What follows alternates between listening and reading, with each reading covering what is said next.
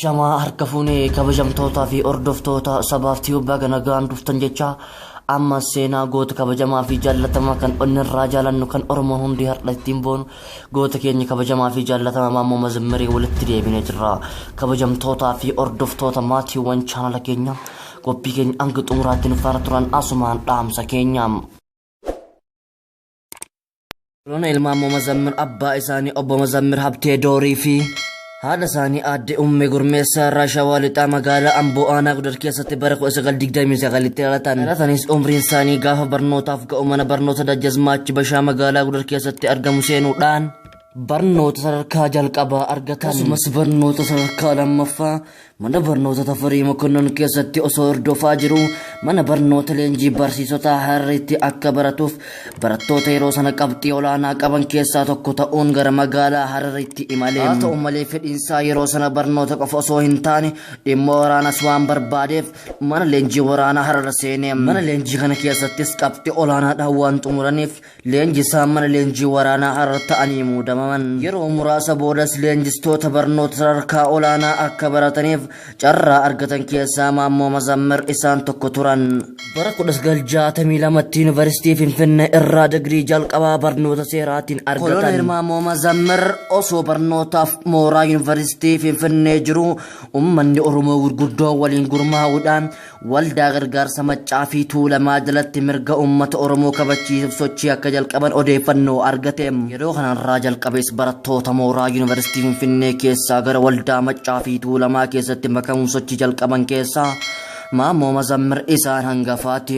Fedhiinsaa kunis milkoomee fi gara dhaabbata kanaatti makamuudhaan hanga murtoon du'aa itti murtaa'ee fannifamutti sochii guddaa fi bu'a qabeessa ta'e seenaa uummata Oromoo keessatti raawwatee darbe. Koloneel Maammoo Mazammir bara jireenya isaa harka caalu kitaaba seenaa fi siyaasa dubbisaa akka dabarsee fi ummata Oromoo cunqursaa jala jiruuf sagalee ta'uudhaan waltajjii garagaraa irratti falmii ciccimoo taasisaa ture. Seenaan Itiyoophiyaa sobaan kan guutame akka ta'ee fi seenaan Oromoo dhokfamaa akka jiru kan bare Maammoon kitaaba seenaa Oromoo jedhamu barreessee ture. Kanatti kan hin gammanne nafxanyoonni barruu kana yeroo inni hidhamu mana isaatii fuudhanii akka badu godhani. Kana malees Maammoon barreeffamoota karoora mootummaa haaraa hundeessuu ibsuu fi heera haaraa kan sirna abbaa lafaa balleessee qonnaan bulaa abbaa lafaa godhu qopheessee ture. Kunis nafxanyoota mataa dhukkubbii guddaa itti ta'e. Koloneel Maammoon afaan Oromoo, Amaariffaa fi Ingiliffa sirriitti danda'a ture. Yeroo sanatti walaloowwan adda addaa afaan Oromootiin barreessee walga'ii Maccaa fi Tuulamaa irratti dhiyeessuudhaan ummata gammachiisaa ture. Kana malee tapha adda addaa kan hacuuccaa Oromoon keessa jiru agarsiisan barreessee gara walga'iitti dhiyeessa.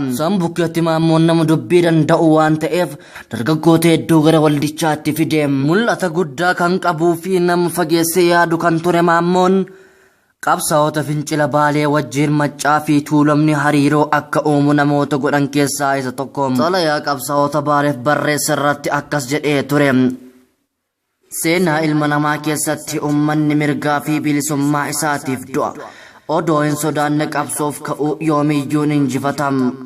Haala kanaaf finciloonni Baalee fi Maccaa fi Tuulamni waliin akkamitti akka socho'an mari'achaa turan. Miseensota Maccaa fi Tuulamaa irratti duula kan bane mootummaan Hayila Sillaasee himata sobaatiin Koloneel Maammoo himate. Koloneel Maammoo gurraandhala 10 bara 1967 uummata siniimaa Ampeer keessatti walitti qabame irratti boombii dhukaafti namoota hedduu irratti miidhaa geessisa jechuudhaan himatame.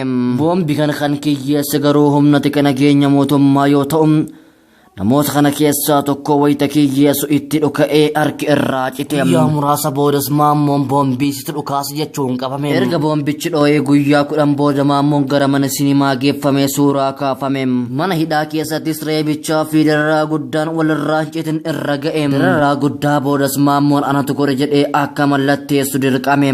Akkaataa kanaan shira mootummaan fiudaalaa hojjeteen himatamee gaafa gurraandhala 28/1969 murtoon du'aa irratti murtaa'e. Diraamaan kun Maammoo qofa osoo hin taane miseensota Maccaa fi Tuulamaa hunda qabuuf sababa gaarii ta'eef. Koloneel Maammoo Mazammir gaafa diraamaa mootummaan dalageen murtoon sabaa irratti murtaa'ee fannifamuuf jedhu dhaamsa dhumaa akkas jechuun dhaammateem. Dhiigni koo dhiiga mirga uummata Oromoo kabachiisuuf dhangalaateedha malee dhiiga lafatti dhangalaatee mitim. Har'a maalummaa uummata Oromoo balleessuudhaaf nama uummata Oromoof qaroo ta'e damee tokko murtanis dameen uummata Oromoo sagal ta'ee dhufam. Dhiiga uummata Oromoo har'a dhangala'aa jiruunis ta'ee bor dhangala'u dabalatee uummati Oromoo mirga isaa akka kabachiifatu hin shakkina. Garuu nugusa murtoon kun akka irratti raawwatu godhee fi fakkaattonni isaa dhalattuu Oromoo nu boora jirtuun murtoon wal fakkaatan akka isaan qaqqabu itti naaf hima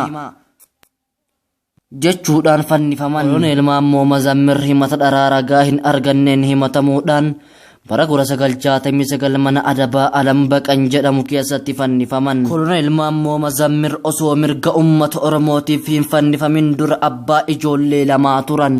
Tootaa fi hordoftoota maatiiwwan chaanala keenya seenaan goota kanaa gabaabinaan kana fakkaatan amma qophii birootti walitti deemnutti nagaatti.